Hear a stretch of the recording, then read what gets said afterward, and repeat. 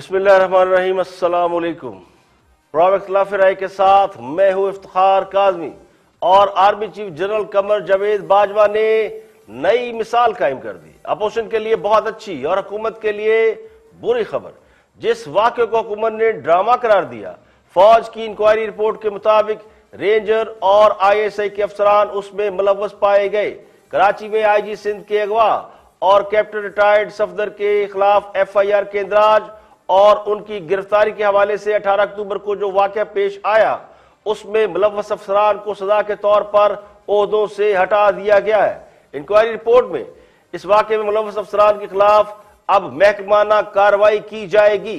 तो कहने वाले तो कहते हैं कि फौज की इस कार्रवाई से सियासी जमातों को मुस्बत पैगाम गया है, जो खुद को एक तवील अरसे से दीवार के साथ लगा हुआ महसूस कर रही थी। फौज ने खुद को एक न्यूट्रल इदारे के तौर पर पेश कर दिया है, जिससे इस बात की उम्मीद की जा सकती है कि अपोजिशन के कुछ गिले शिकवे कम होंगे और जो तसादम की एक सूरत हाल हमें पॉलिटिकली नजर आती है, उसमें किसी हद तक कमी आएगी। और कल तक यह तासर भी मौजूद था कि हुकूमत और फौज एक पेज पर है और अपोजिशन जमातों के लिए कोई गुंजाइश नहीं है। लेकिन इस इंक्वायरी रिपोर्ट ने यह साबित कर दिया है कि हालात तब्दील हो चुके हैं। इस इंक्वायरी रिपोर्ट को मुबस्सरीन लैंडमार्क भी करार दे रहे हैं। इससे पहले फौज के हवाले से बात करना या इदारे के किसी अमल के खिलाफ खड़ा होना मुश्किल ही नहीं बल्कि नामुमकिन समझा जाता था। माजी करीब में इसकी सबसे बड़ी मिसाल डॉन लीक्स है कि महज तहफ़्फ़ुज़ात के इजहार पर हुकूमत और एस्टेब्लिशमेंट किस तरह आमने सामने आए और फिर हुकूमत को इस मामले पर सरेंडर करना पड़ा। इसके अलावा एक और तासुर जो तेजी से फैल रहा था, वो था रियासत के अंदर रियासत, स्टेट विद इन स्टेट। उसका तासुर भी मौजूद था, लेकिन लगता यूं है कि आला अस्करी क़यादत ने इस महसूस कर लिया है कि इस तासुर को भी वाइप आउट हो जाना चाहिए, खत्म हो जाना चाहिए। IG सिंध के अगवा के जिस वाक़े को खुद वज़ीर आज़म पाकिस्तान इमरान खान ने एक मजाक, कॉमेडी और खुद साख्ता वाक़या करार दिया था, फौज की इंक्वायरी रिपोर्ट ने उसकी मुकम्मल नफी कर दी है। और इंक्वायरी रिपोर्ट के मुताबिक इस वाक़े पर इदारे के बाज अफसरान ने ओवर रिएक्ट किया। ISPR की जानिब से आज एक प्रेस रिलीज जारी की है, जिसके मुताबिक पाक फौज ने कैप्टन सफदर की गिरफ्तारी के वाक़े पर और IG सिंध के तहफ़्फ़ुज़ात के मामले की इंक्वायरी मुकम्मल करके सिंध रेंजर और ISI के मुतल्लिका अफसरान को उनकी जिम्मेदारियों से हटा दिया गया है। ISPR के मुताबिक सिंध रेंजर और ISI कराची के अफसरान मज़ार कायद की बेहरमती के नतीजे में अवामी रद्दअमल से पैदा होने वाली सूरत हाल से निमटने में मसरूफ थे। अफसरान पर मज़ार कायद की बेहरमती करने पर कानून के मुताबिक बर वक्त कार्रवाई करने के लिए शदीद दबाव था, लेकिन सिंध पुलिस के नाकाफी और सुस्त रवैये की वजह से कशीदा सूरत हाल पर काबू पाने के लिए अफसरान ने जाती हैसियत में जज्बाती रद्दअमल का मुजाहरा किया। ISPR के मुताबिक मुतल्लिका अफसरान को ऐसी सूरत हाल से गुरेज करना चाहिए था जिससे रियासत के इदारों में गलत फहमियां पैदा हों। इंक्वायरी रिपोर्ट यह भी कहती है, बल्कि इंक्वायरी रिपोर्ट की सिफारिशात की रोशनी में मुतल्लिका अफसरान को उनकी मौजूदा जिम्मेदारियों से हटा दिया गया है। इस वाक़े में मुलव्वस अफसरान के खिलाफ अब उनके मुतल्लिका महकमे कार्रवाई करेंगे। 18 अक्टूबर को मज़ार कायद पर नारे मारने के इल्जाम में कैप्टन रिटायर्ड सफदर के खिलाफ FIR दर्ज कराने की कोशिश की गई। PTI की क़यादत ने पुलिस पर दबाव डाला कि वो FIR काटे, कैप्टन सफदर को मज़ार कायद की बेहुरमती करने पर गिरफ्तार करे। पुलिस की हिचकिचाहट की वजह से IG सिंध को उनकी रिहाइशगाह से उठा लिया गया, उनसे जबरदस्ती FIR दर्ज कराने का हुक्म दिलवाया गया। इसके बाद 19 अक्टूबर की सुबह कैप्टन सफदर को गिरफ्तार करने के लिए उस होटल पर छापा मारा गया जहां वो अपनी अहलिया मरियम नवाज के हमरा मुकीम थे। मरियम नवाज के कमरे का ताला तोड़ा गया, जिस पर कैप्टन सफदर ने गिरफ्तारी दी। IG सिंध समेत सिंध पुलिस के आला अफसरान ने इस सूरत हाल से मायूस होकर एम्बेरसमेंट फील करते हुए छुट्टियों पर जाने का फैसला किया, जिस पर पीपल्स पार्टी के चेयरमैन बिलावल भुट्टो ने आर्मी चीफ से इस मामले की इंक्वायरी की बाकायदा दरख्वास्त की। आज इस इंक्वायरी रिपोर्ट ने IG सिंध का भी मौक़िफ़ साबित कर दिया है। रिपोर्ट मंजर आम पर आने के बाद सबसे ज्यादा जो सुबकी हो रही है फेडरल गवर्नमेंट के लिए है, जो इस वाक़े को तस्लीम करने से इनकारी थी और इस वाक़े की मुदई भी थी। इस वाक़े को सिंध हुकूमत की साजिश करार दिया जा रहा था। वफाकी हुकूमत के वज़रा और तर्जमान और पीटीआई सिंध के अहदेदार इसमें बाकायदा फरीक बने हुए नजर आ रहे थे, लेकिन उनके सियासी मुखालफिन का मौकफ बिलाखिर दुरुस्त साबित हुआ। फौज की इंक्वायरी रिपोर्ट में यह बात साबित हो गई है कि इदारे के आला अफसरान क़यादत के इल्म में लाए बगैर ऐसे काम करते हैं, ऐसे इकदाम करते हैं जिससे इदारे की बदनामी होती है। और यही मौकफ मुस्लिम लीग नून के रहनुमा नवाज शरीफ का भी है कि इदारा नहीं, कुछ लोग होते हैं जो इदारे की बदनामी का बायस बनते हैं और उनका जज्बातीपन इदारे को नुकसान पहुंचाता है। जिस तरह कराची में पुलिस और कुछ इदारों के दरमियान तसादुम की फजा पैदा हुई, रंजिश पैदा हुई, तो इस इंक्वायरी रिपोर्ट से फौज का बहसियत इदारा न सिर्फ वकार बुलंद हुआ है बल्कि एक नई रवायत कायम हुई है जिसका क्रेडिट जनरल कमर जावेद बाजवा को जाता है और वो कह सकते हैं कि तब्दीली आ गई है। अपोजिशन किस मामले में फतह हुई है, हुकूमत को इसमें सुबकी का सामना करना पड़ा और यह फैसला मुल्क में जारी कशीदा सूरत हाल में कमी लाने का बायस भी बन सकता है। और वज़ीर आज़म इमरान खान फरमाते हैं कि महंगाई अपोजिशन का प्रोपेगेंडा है। मुल्क में महंगाई नाम की कोई चीज नहीं है, सिर्फ अपोजिशन के कहने की वजह से अवाम को महंगाई महसूस हो रही है। यानी अद्वियात की कीमतों में 5 से 600% इजाफा, फिर भी कहते हैं महंगाई नहीं। बिजली महंगी कर दी गई, गैस की कीमतें कई गुना बढ़ चुकी हैं, आटे रोटी और नान की कीमतों में रोज इजाफा हो रहा है, इलाज महंगा, ट्रांसपोर्ट महंगी, घरों के किराए ज्यादा, आमदनी ना होने के बराबर। और फिर भी कोई ये कहे कि महंगाई महज अपोजिशन का प्रोपेगेंडा है, तो फिर यह समझ लेना चाहिए कि पूरा पाकिस्तान ही इस वक्त अपोजिशन है। क्योंकि महंगाई पर तो वो भी रो रहे हैं जिन्होंने खान साहब को वोट डाला, जो खान साहब को लेकर आए, और वो भी रो रहे हैं जो ये कहते थे कि ये कंपनी नहीं चलेगी। तहरीक इंसाफ के लोग भी खान साहब से कह रहे हैं कि महंगाई कम करें, बाकी हम संभाल लेंगे। मगर वज़ीर आज़म ने तो ये कहकर बात ही खत्म कर दी कि महंगाई नहीं है। एशियन डेवलपमेंट बैंक की रिपोर्ट के मुताबिक पाकिस्तान में महंगाई 10.7% है और सरकारी रिपोर्ट ये कहती है, वफाकी इदारा शुमारियात की रिपोर्ट, कि हुकूमत के 800 रोज मुकम्मल होने पर मुल्क को बदतरीन महंगाई का सामना है। हाँ साहब के दौरे कौल में चीनी 45 रुपए 86 पैसे महंगी हुई है और मुर्गी कीमत में 89 रुपए फी किलो इजाफा हुआ है। इसके अलावा घी 160 रुपए फी किलो बढ़ा है, आटे का थैला तकरीबन 300 रुपए महंगा हुआ है, बिजली 3 रुपए 85 पैसे फी यूनिट बढ़ी है और गैस की कीमत में 334% इजाफा हुआ है, लेकिन महंगाई नहीं हुई। तो हुकूमत को यह चाहिए कि महंगाई पर पाबंदी लगा दे। जिस तरह नवाज शरीफ की तकरीर दिखाने पर पाबंदी लग सकती है, तो फिर महंगाई का जिक्र करने पर पाबंदी क्यों नहीं लग सकती। वफाकी इदारा शुमारियात की रिपोर्ट खुद ये कहती है, ये सरकार का इदारा है, ये रिपोर्ट इसमें कहती है कि इस वक्त महंगाई की शरह बुलंद तरीन सतह पर है। सरकारी दस्तावेजात के मुताबिक अगस्त 2018 से नवंबर 2020 के दौरान $1 35 रुपए महंगा होकर 123 रुपए से बढ़कर 158 रुपए का हो गया है। चंद रोज पहले यही डॉलर 169 रुपए तक पहुंच गया था। वो तो अल्लाह भला करे बैरून मुल्क पाकिस्तानियों का जिन्होंने कोरोना की वबा के असरात कम होते ही अपनी रकम डॉलरों की शक्ल में पाकिस्तान भेजना शुरू कर दी, तो रेमिटेंस बढ़ गए हैं। अब चूंकि हम खर्च कुछ करते नहीं, सब कुछ तो उधार पे चल रहा है, तो पिछले चंद हफ्तों में रुपए की वैल्यू कुछ बेहतर हुई है। फिर भी 2 साल में रुपए की कदर में 35 रुपए इजाफा हो चुका है। 169 का डॉलर अगर रहता तो डॉलर की कदर में 46 रुपए का इजाफा हो जाता, यानी 46 रुपए इजाफा काउंट किया जाता। तो सरकारी दस्तावेजात के मुताबिक महंगाई पिछले 8 साल की इस वक्त बुलंद तरीन सतह पर है। माली साल 2019 में महंगाई की औसत शरह 10.76% रही, जो माली साल 2017-18 में 4.68% थी। अक्टूबर 2018 तक नवंबर 2020 तक की रिपोर्ट के मुताबिक खाने पीने की कोई एक शय भी ऐसी नहीं जिसकी कीमत में जरा सी भी कमी वाक़या हुई हो। पिछले 9 माह में महंगाई की शरह 11.53% तक पहुंच चुकी है। ये तमाम रिपोर्ट मीडिया में शाया हो चुकी है। अवाम इस वक्त कमर तोड़ महंगाई का सामना कर रहे हैं और फिर भी वज़ीर आज़म को ये अपोजिशन का प्रोपेगेंडा लग रहा है, यानी सफेद पोश मिडिल क्लास तबका बुरी तरह मुतासर हुआ, पिस कर रह गया। कर्ज सबसे ज्यादा, महंगाई सबसे ज्यादा, तरक्की की शरह मनफी, बेरोजगार की शरह उसमें भी इजाफा। और खारजा पॉलिसी का हाल ये है कि सऊदी अरब ने उधार दिए गए पैसे तक वापस मांग लिए।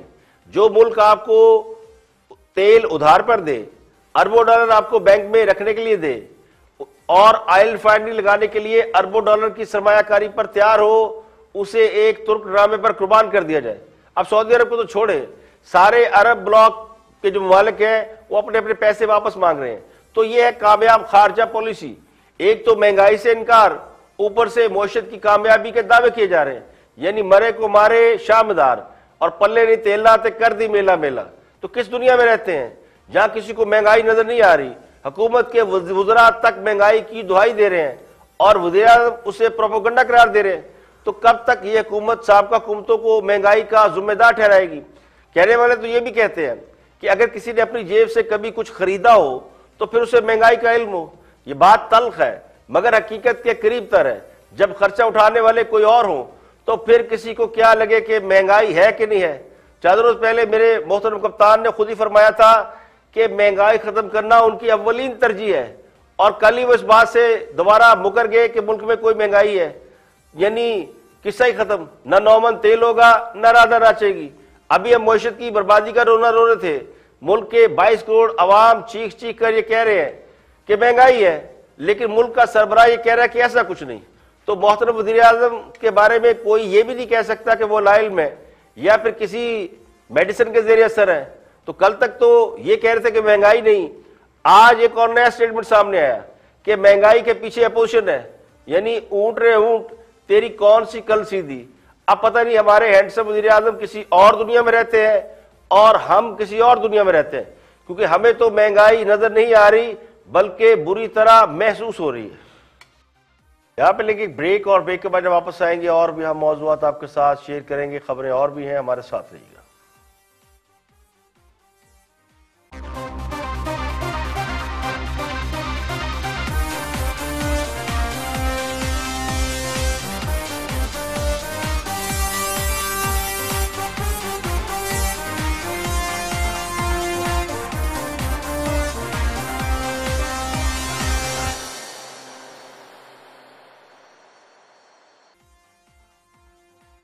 Welcome back. आप देख रहे हैं प्रोग्राम इख्तिलाफ राय और मैं इफ्तिखार काज़मी। ब्रेक के बाद हाजिर खिदमत है। ऑन द फ्रंट में गुफ्तगू कर रहे हैं इरशाद भट्टी। अमरीकी सदर ट्रंप और पाकिस्तानी वज़ीर आज़म इमरान खान में क्या कोई इत्तफाकिया मुमासलत है, इसको एनालाइज कर रहे हैं इरशाद भट्टी। हुकूमत की हमायती मीडिया पर्सन है और तजिया निगार है। देखते हैं कि उनकी नज़र में ये मामला कैसा है।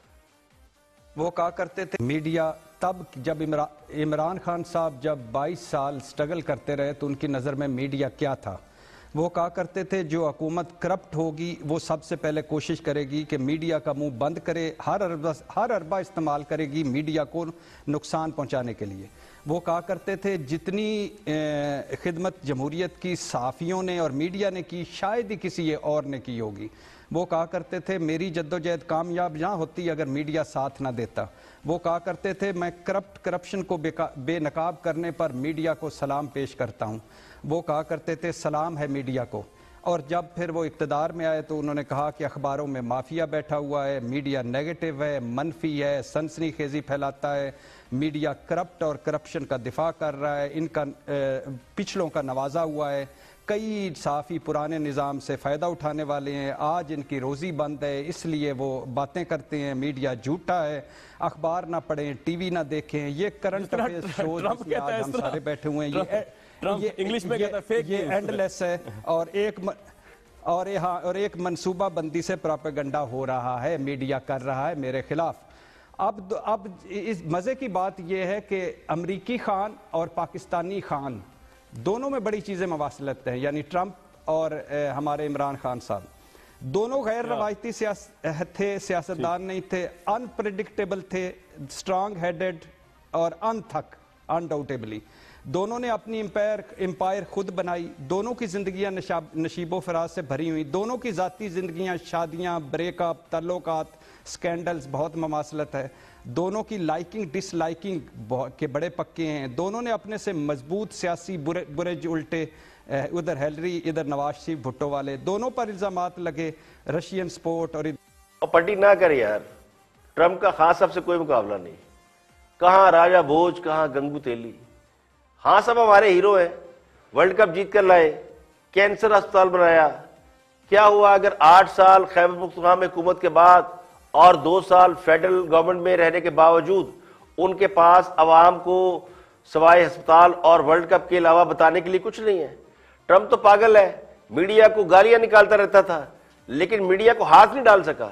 हाँ साहब ने तो मीडिया टाइकोन को ही उठाकर अंदर बंद कर दिया और कई महीनों बाद बेचारे मीर शकील रहमान अभी कल ही जमानत में बाहर आए हैं। तो ये होती है दिलेरी।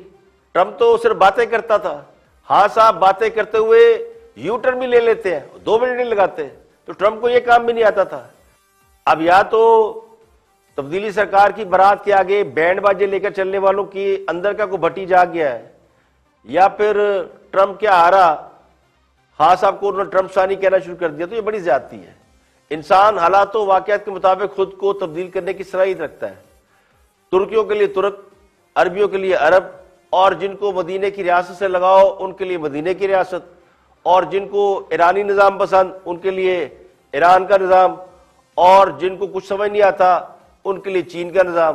तो ट्रंप को हाँ साहब से मिलाना पता नहीं हाँ साहब के साथ ज्यादती है या फिर ट्रंप के साथ। तो अल्लाह जाने वो कौन लोग हैं जिन्हें ट्रंप और हाँ साहब में ममासल नजर आती है। 2-4 आदतों का मिल जाना इत्तेफाक भी हो सकता है या फिर स्ट्रेटेजी भी हो सकती है, क्योंकि ट्रंप खान साहब से पहले हुकूमत में आए थे और ट्रंप जब हुकूमत में आए थे तो जाहिर है बहुत से लोगों ने उनकी आदतों को या उनके स्टाइल को फॉलो भी किया होगा, लेकिन इसका मतलब ये नहीं कि वो वाकई जो ट्रंप की असल आदत है उनके ऐन मुताबिक वो भी ऐसे ही लोग हैं। आगे बढ़ते हैं और कुछ दोस्तों की बात करते हैं कि देखते हैं कि उनके पास क्या खबर है। वॉच रिपोर्टर साहिबा ने, मरियम नवाज शरीफ ने अपने वालिद साहब को लंदन में इतला दी है कि जिस पीडीएम को लेके हम चले थे, हमें वो जो रिपोर्ट है, मुसद्दका रिपोर्ट है, मासवाए इक्का दुक्का पार्टियों के तमाम की तमाम पार्टियां बाशमूल मुस्लिम लीग नून के नुमाइंदगान वो हमारे बयानिया को लेकर चलने पर तैयार नहीं है और उसके मुताबिक हुकूमत और फौज की क़यादत को डिसलॉज करने के लिए, हटाने के लिए जिस किस्म की एजिटेशन और ब्लड बात की हम तैयारी करके बैठे हुए थे और पैसे और असला बांटने की सोच रहे थे और दुश्मन की तोपों का हम ईंधन बने हुए थे, वो काम, ये अब मेरे लफ्ज अपने हैं लेकिन the fact of the matter is कि Mariam has reported to her father कि जी मियां साहब पीडीएम जो है नहीं वो चलने को तैयार, वो उसका खात्मा हो गया है या हो जाएगा या ऐसे लंगली लूली जैसे पहले इत्तेहाद बनते रहे वो है। ये आप इस पर सवाल कोई करना चाहे तो करें। कल यही हजारों ख्वाहिशें ऐसी कि हर ख्वाहिश पे दम निकले।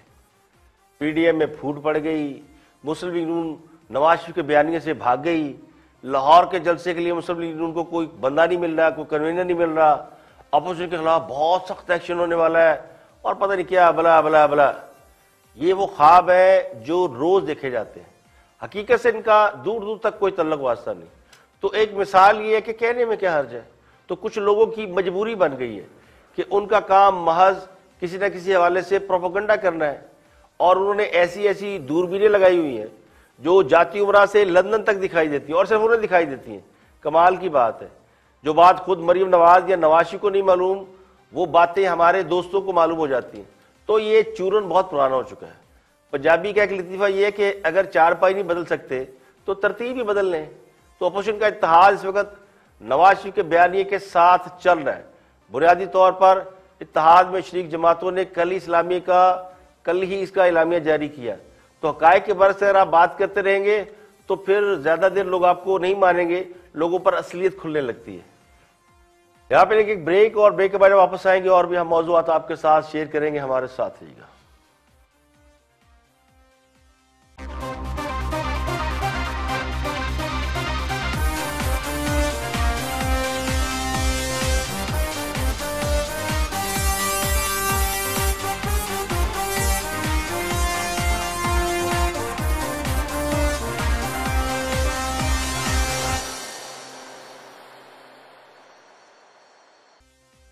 वेलकम बैक और आप देख रहे हैं प्रोग्राम इख्तिलाफ राय में इफ्तिखार काज़मी। ब्रेक के बाद हाजिर खिदमत है।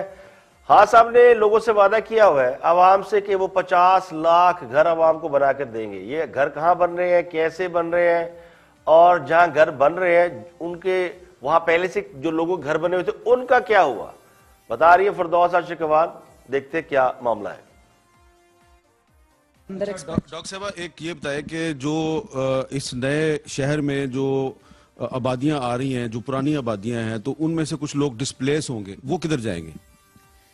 देखिए, पहली बात तो ये है कि कोई भी डिस्प्लेस नहीं किया जा रहा, उसको आप रीलोकेट कर रहे हैं, और जब रीलोकेट कर रहे हैं तो वो on some better economic viable option पे कर रहे हैं जो म्यूचुअली एग्रीड होंगे। फोर्सफुली किसी को भी रीलोकेट भी नहीं किया जा रहा। जिन लोगों के घरों पे निशान लग रहे हैं, दुकानों पे निशान लग रहे हैं, वो बड़े परेशान हैं। देखिए, उनको परेशान होने की ज़रूरत नहीं है। आप उनको बिल्कुल कमिटमेंट दें कि वज़ीर आज़म इमरान खान घर देने के लिए जद्दोजहद कर रहा है। नया घर स्कीम के तहत वो बेघर अफराद को घर देने के लिए बेचैन है, और हर वो पॉलिसी जिससे लोगों को छत दस्तयाब हो, वो सस्ता घर स्कीम के तहत तो बैंकों से लोन के ज़रिए हो, हर फोरम पे वो हमेशा उस गरीब की छत के तहफ़्फ़ुज़ के वकील बने रहे हैं। तो ये नहीं हो सकता कि किसी का घर वो उनसे छीन लें। ये एक असेसमेंट हो रही है, एक प्रोसेस है, और ये जैसा कि आप जानते हैं कि इस पे पिछली गवर्नमेंट ने एक असेसमेंट जो होनी थी उसको पॉलिटिकल प्रेशर्स की वजह से डिले किया था, और कई दफ़ा ये नोटिफाई करके डीनोटिफाई हुआ, और फिर पॉलिटिकल इंटरेस्ट बेस्ड फिर उन्होंने 2015 को इसको डीनोटिफाई किया। 2018 में हमारी गवर्नमेंट ने आके इसको नोटिफाई किया दोबारा।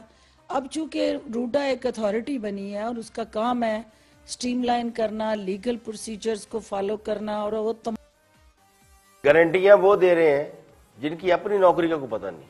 यानी मसला ये है कि जिन लोगों से 3 साल में BRT मंसूबा नहीं बना, वो दरियाए रावी के किनारे लोगों के घर गिराने चले हैं, और शहर बनाएंगे तो कितने अरसे में बनाएंगे ये किसी को नहीं मालूम।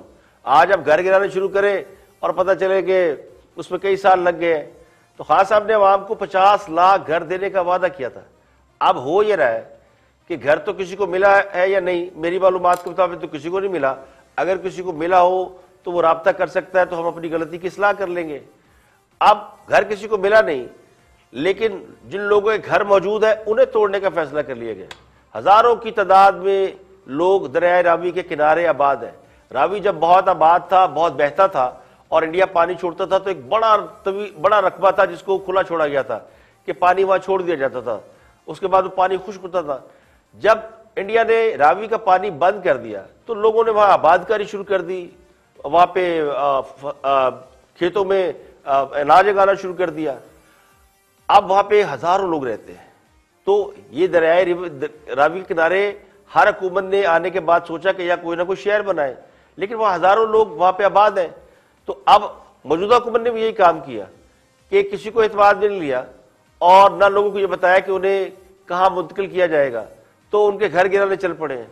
तो महज एक टीवी बयान से, जैसे फिरदौस आशिकवान कह रही है कि लोगों को घर मिल जाएंगे, तो इससे लोगों का इत्मीनान नहीं हो सकता। नवाज शरीफ दौर में भी इस मनसूबे पर अमल करने की कोशिश की गई थी, लेकिन जब यह मालूम हुआ कि इसकी वजह से लाखों लोग बेघर हो जाएंगे, तो यह फैसला रोक दिया गया। अब इस मनसूबे को ब्यूरोक्रेसी ने दोबारा झाड़ फूंक कर खान साहब के सामने पेश कर दिया, और खान साहब को यह बताया कि आपका जो वादा है अवाम के साथ 50 लाख घरों का, वो इस तरीके से पूरा हो सकता है। तो खान साहब इस मनसूबे के पीछे पड़ गए हैं। तो अब उन्हें यह नहीं मालूम कि घर तो पता नहीं बनने के नहीं बनने, लेकिन वो बहुत से लोगों के घर गिरा देंगे, और अभी ये भी नहीं पता कि जिनके घर गिराएंगे उनको ऑल्टरनेट क्या दिया जाएगा। तो किसी भी इलाके को जब आप इवैक्यूएट कराते हैं, खाली कराते हैं, तो उसके लिए एक प्लान दिया जाता है कि इस घर की मालियत क्या होगी, अगर लोग डिस्प्लेस होंगे तो वो जाएंगे कहाँ पे। किसी भी जगह डैम बनता है, झील बनती है, लोग डिस्प्लेस होते हैं, जैसे मोहम्मद डैम बन रहे हैं और डैम बन रहे हैं, तो वहां लोगों से जमीन खाली करा के उनको पैसा दिया गया है और उनको दूसरी जगह आबाद किया गया है। लेकिन ये दरियाए रावी के किनारे हो रहा है, ये तो इसका कोई पुरसाने हाल नहीं कि ना किसी को पता है कि उसको क्या मिलेगा, ना पता है कि वो जब उसका घर गिराया जाएगा तो कहाँ जाएगा, ना उसे ये पता है कि जब नया घर बनाएगी हुकूमत तो क्या वो घर उनको मिलेगा या उनको मिल जाएगा जिनकी को अप्रोच है। तो ये मामला जो है बहुत ही संजीदा नोयत का, और ह्यूमन ग्राउंड पर इसको सोचना चाहिए कि ऐसे मंसूबे में हाथ नहीं डालना चाहिए जो खास हम अपने दौरे हुकूमत के दौरान मुकम्मल न कर सकें। और एक अहम खबर यह कि एहतसाब अदालत ने गैर कानूनी प्लॉट अलॉटमेंट रेफरेंस केस में साबिक वज़ीर नवाज शरीफ को अदालती इश्तिहारी करार देते हुए उनकी जायदाद कुर्क करने का हुक्म दिया। लाहौर की एहतसाब अदालत के जज असद अली ने गैर कानूनी प्लॉट अलॉटमेंट रेफरेंस पर इस केस की समाअत की। तो नैब प्रोसिक्यूटर ने अदालत से ये कहा कि नवाज शरीफ के इश्तिहारात जारी हुए 30 रोज हो चुके हैं, वो अदालत में पेश नहीं हुए तो उनको अदालती मफरूर करार दिया जाए। अदालत ने फरीकान का मौक़िफ़ सुनने के बाद नवाज शरीफ को इश्तिहारी करार देते हुए उनके नाकाबिले जमानत वारंट गिरफ्तारी जारी किए और इसके अलावा उनकी जायदाद कुर्क करने का हुक्म भी दिया है। नैब और रेवेन्यू डिपार्टमेंट को हुक्म दिया गया कि आइंदा समाअत पर नवाज शरीफ की जायदाद कुर्क करने की रिपोर्ट पेश की जाए। अब ये रिपोर्ट 26 नवंबर को जब दोबारा समाअत होगी तो अदालत में पेश की जाएगी। और वज़ीर-ए-आज़म पाकिस्तान 8 करोड़ से जायद रुपए मालियत के असासों के मालिक निकले। इलेक्शन कमीशन ने माली साल 2019-20 के गोशवारों की तफसीलात जारी कर दी हैं। वज़ीर-ए-आज़म इमरान खान के बारे में इलेक्शन कमीशन का यह कहना है कि वज़ीर-ए-आज़म का अंदरूनी और बैरून मुल्क कोई कारोबार नहीं, उनकी कोई जाती गाड़ी नहीं। वज़ीर इमरान खान के 4 गैर मुल्की अकाउंट में 3,31,230 अमरीकी डॉलर हैं, जबकि 518 पाउंड भी है। वज़ीर के पास 1 करोड़ 99 लाख से जायद कैश है। उनके पास 2 लाख रुपए मालियत की 4 बकरियां भी हैं और फिरोजवाला में 80 कनाल जमीन के एवज 7 करोड़ से जायद का उन्होंने एडवांस ले रखा है। इसके अलावा स्पीकर कौमी असम्बली असद कैसर के हवाले से बताया गया कि वो 8 करोड़ रुपए से जायद असासों के मालिक हैं और 1 करोड़ 26 लाख रुपए से जायद रकम के मकरूज है। वफाकी वजीर तवानाई उमर अयूब खासे अमीर आदमी है, उनके 1 अरब 21 करोड़ रुपए से जायद के असासे हैं और उन्होंने 2 करोड़ रुपए का कर्ज भी ले रखा है। वजीर दिफा परवेज खटक की माली हैसियत बाकियों से कमजोर है, उन्होंने 15 करोड़ रुपए से जायद मालियत के असासे उनके पास है और उन्होंने अपनी सास के 2.5 करोड़ रुपए देने हैं, कर्ज लिया वो भी सास से। इसके अलावा तहरीक इंसाफ के रुकन असम्बली नूर आलम खान, वो भी एक मालदार आदमी है, उनके 3 अरब 20 करोड़ से जायद मालियत के असासे हैं। बड़ी लंबी तफसील है जो कि अखबारात में शाया हुई है कि किसके कितने असासे हैं और अल्हम्दुलिल्लाह हमारे अरकान असम्बली बिल्कुल गरीब नहीं है, अच्छी खासी उनके पास जायदाद मौजूद है।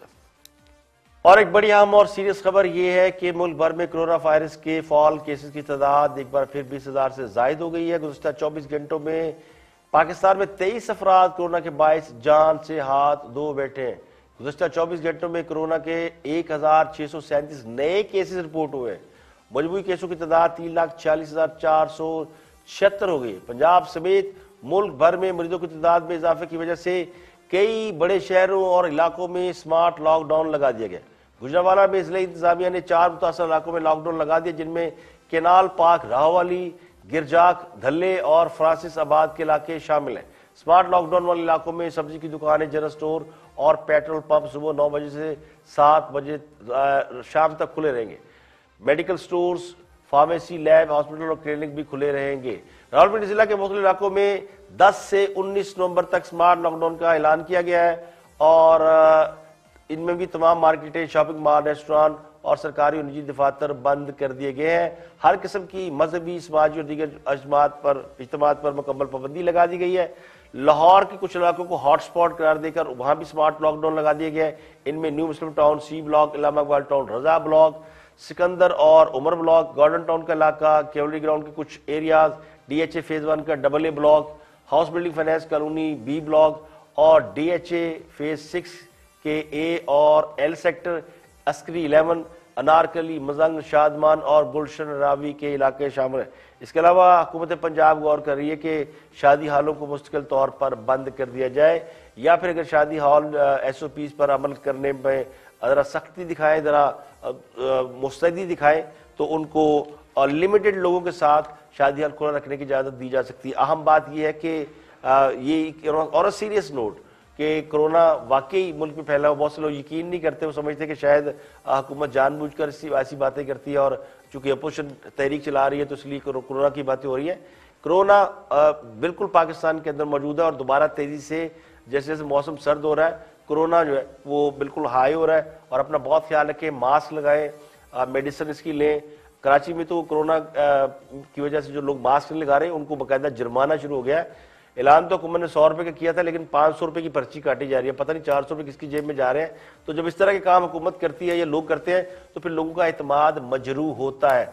लेकिन फिर भी मैं समझता हूं कि लोगों को अपनी सेफ्टी पे जो है उसका ख्याल रखना चाहिए।